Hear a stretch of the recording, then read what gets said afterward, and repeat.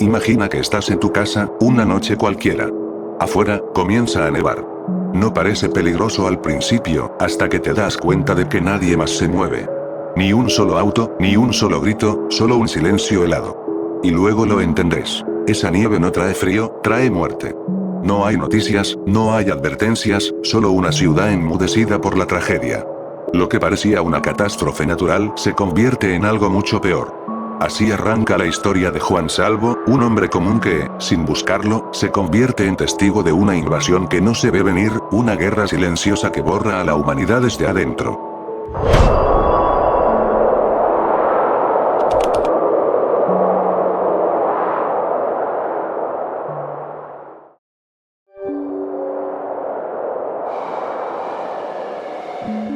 Todo comienza con lo que parece una tormenta de nieve cualquiera, pero no tarda en revelarse que cada copo transporta una muerte invisible y fulminante. Una nevada silenciosa que cubre Buenos Aires, y que en cuestión de horas convierte a sus habitantes en cadáveres congelados con el rostro desfigurado. Esta nieve no es un fenómeno natural, sino un arma biológica diseñada por una inteligencia superior con un objetivo claro: exterminar la resistencia antes de ser vistos. La amenaza no termina ahí. A medida que la historia avanza, se revelan múltiples capas de entidades invasoras, cada una peor que la anterior.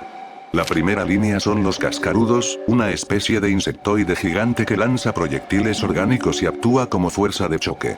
Pero ellos no son independientes. Están controlados por los manos, criaturas humanoides de piel arrugada y múltiples brazos, que a su vez son víctimas. Esclavizados mediante un mecanismo de tortura perpetua conocido como el anillo de dolor, los manos no pueden desobedecer órdenes sin sentir un sufrimiento atroz.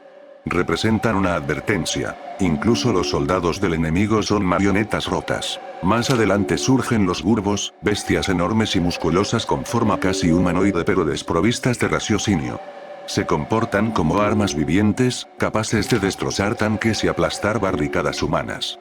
Su sola presencia obliga a reconfigurar cualquier estrategia de defensa. Pero detrás de todos ellos, está el verdadero enemigo. Una entidad sin rostro, omnipresente, invisible. Ellos jamás aparecen físicamente, no tienen nombre ni rostro, pero controlan todo. Manipulan desde las sombras, lanzan ofensivas con precisión quirúrgica, y destruyen sin emoción. No tienen idioma ni símbolo reconocible. Son el epítome de la despersonalización del mal, una amenaza total que no deja margen de error. Lo más aterrador de estas entidades es su sistema de control. Infectan mentalmente a seres humanos y los convierten en hombres robot, son disfuncionales que actúan bajo su mandato.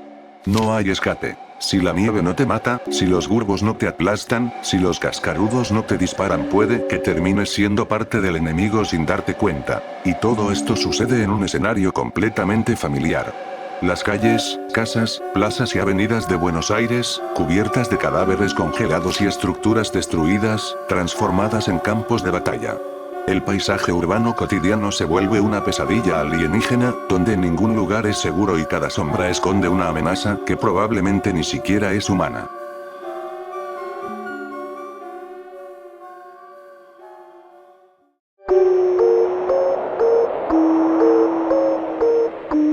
En el corazón de esta historia está Juan Salvo, un personaje que, a diferencia de los típicos héroes musculosos o místicos, representa al tipo común. Un hombre de familia, trabajador, que vive en Buenos Aires junto a su esposa y su hija. Es un fabricante de componentes eléctricos, alguien completamente ajeno al mundo de la guerra, los experimentos o lo sobrenatural. Y sin embargo, cuando el mundo empieza a caer, se convierte en una de las últimas esperanzas de la humanidad. Físicamente, Juan no tiene atributos extraordinarios. No es más fuerte que el promedio, ni tiene conocimientos militares o científicos avanzados. Pero posee algo que lo separa de los demás. Una capacidad para pensar rápido, adaptarse, tomar decisiones frías incluso cuando todo se desmorona. Es inteligente, empático y decidido. En medio del caos, su humanidad es lo que más resalta. Se preocupa por proteger a los suyos, pero también por ayudar a extraños. No duda en arriesgar su vida por otros, incluso cuando sabe que las probabilidades están en su contra. A lo largo del cómic, Juan lidera un grupo de sobrevivientes que se refugian en una casa, sellando puertas y ventanas con plomo para impedir que la nieve asesina entre. Desde ahí, poco a poco, asume un rol de liderazgo, no porque lo desee, sino porque nadie más parece tener la templanza suficiente. toma decisiones dolorosas, se enfrenta a traiciones internas, y debe aceptar que no todos los que lo acompañan sobrevivirán. Entre sus relaciones más significativas está la que mantiene con su familia, que se convierte en su mayor motivación para resistir. Pero también se ve obligado a tomar distancia emocional cuando la guerra se recrudece. El momento más impactante ocurre cuando Juan, junto a su amigo Favalli, se une a la resistencia armada contra las entidades. Comienza así una transformación. Deja de ser un simple sobreviviente y se convierte en combatiente. Aprende a usar armas, a coordinar ofensivas, a infiltrarse en zonas dominadas por el enemigo. Su mayor hazaña llega en el tramo final de la historia, cuando intenta escapar del colapso total mediante un experimento que manipula el tiempo y el espacio. Sin entender del todo la ciencia detrás de ello, Salvo se lanza a lo desconocido, convirtiéndose en el Eternauta. Un viajero interdimensional, atrapado en una deriva temporal infinita, destinado a buscar una línea de tiempo donde pueda salvar a su esposa y su hija. Pero cada vez que lo intenta, cae en una nueva tragedia. El precio de su heroísmo no es la muerte, es la condena a nunca poder detenerse, a vagar eternamente a través de los horrores del tiempo. Y es ahí donde se revela su mayor tragedia. Juan Salvo no puede morir. No puede volver. No puede descansar. Su lucha ya no es por sobrevivir, sino por resistir el olvido.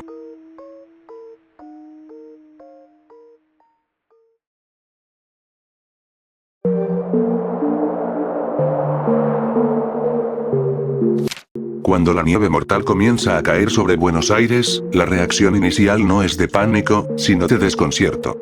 Nadie entiende qué está pasando. Pero a medida que las calles se llenan de cadáveres congelados, la ciudad entra en un estado de caos absoluto. Las instituciones desaparecen casi de inmediato. No hay gobierno, no hay ayuda internacional, no hay comunicación. La Argentina queda completamente aislada.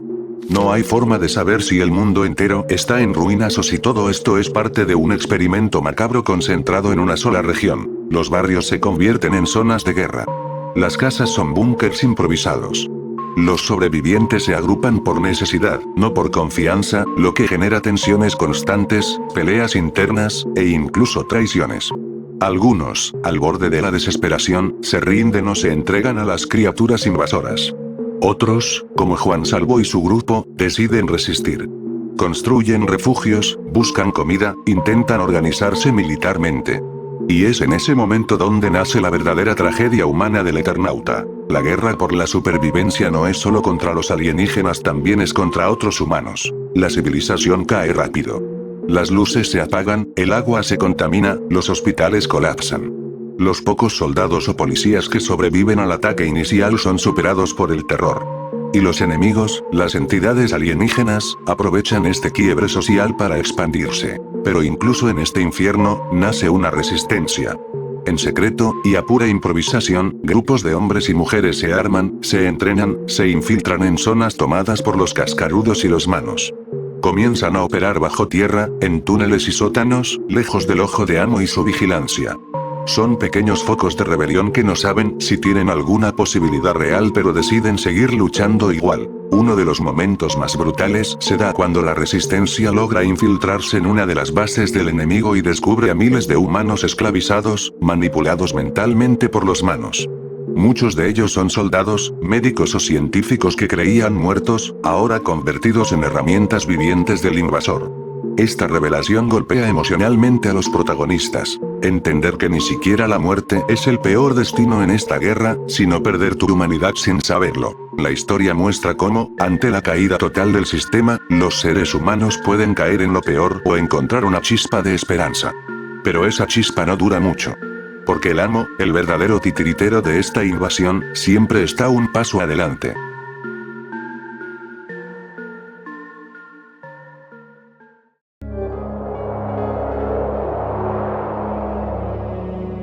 La historia comienza en el chalet de Juan Salvo, ubicado en una zona residencial de Vicente López. Un hogar cálido, burgués y lleno de rutinas cotidianas, que representa la tranquilidad de la vida previa al desastre. Es allí donde Juan, su esposa Elena, su hija Martita y un grupo de amigos disfrutan de una noche tranquila jugando al truco, hasta que la nevada mortal comienza a caer. Este lugar se transforma rápidamente en un búnker improvisado. Sellan puertas y ventanas, se equipan con trajes aislantes y convierten la casa en un símbolo de resistencia.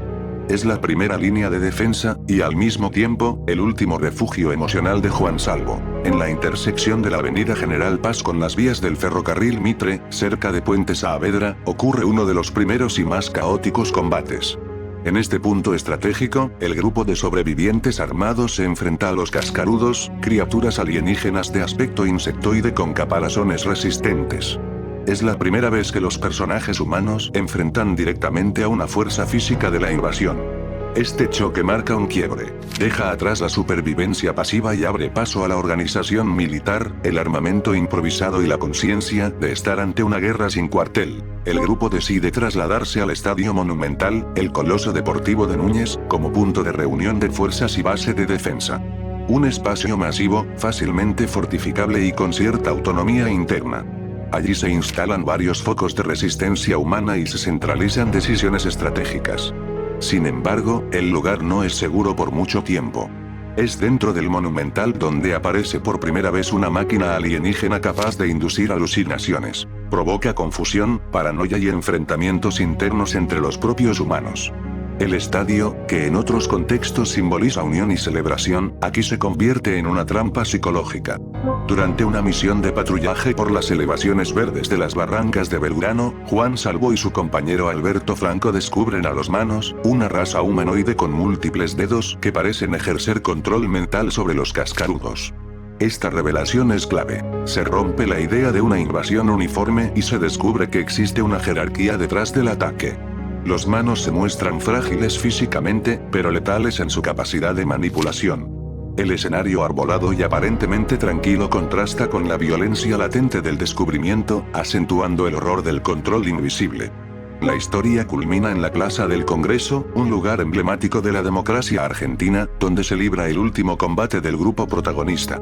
Allí se enfrentan al verdadero peso de la invasión. Columnas de enemigos, vehículos alienígenas y la desesperanza de una batalla perdida.